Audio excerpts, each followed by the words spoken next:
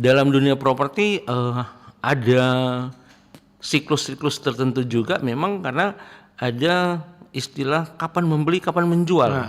Nah, memang ketika properti jatuh, dia akan masuk ke situasi membeli atau kita mengenal time is buying.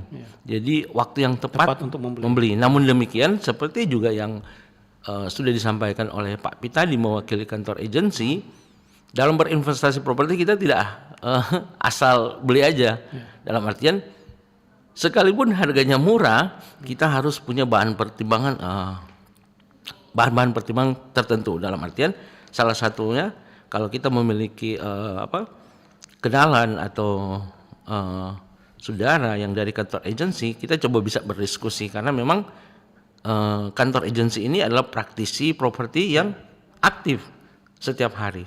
Jadi kita meminta masukan dari mereka. Nah, jadi terkait perkembangan properti ke depan, sekalipun itu 2019 mengalami titik terendah, dari data yang kita miliki saat ini, pergerakan properti cukup membaik.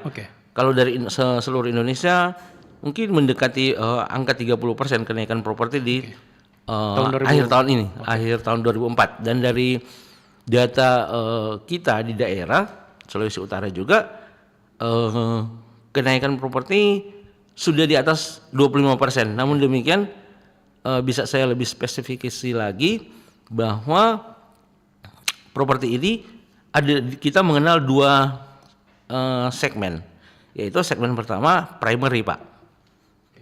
Kedua secondary. Nah, bisa saya sampaikan bahwasanya segmen primary ini itu adalah produk-produk yang baru diluncurkan oleh developer.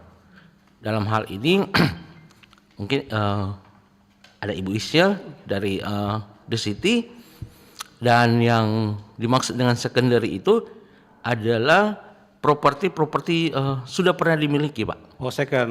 Kita masuknya itu segmen secondary.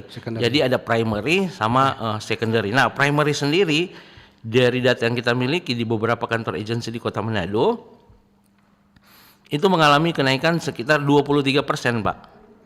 Nah, sementara untuk secondary, karena secondary memang sangat bergantung di investasi, jadi memang secondary bergerak lambat. Secondary hari ini di data kita 14,7%, Pak, kenaikannya.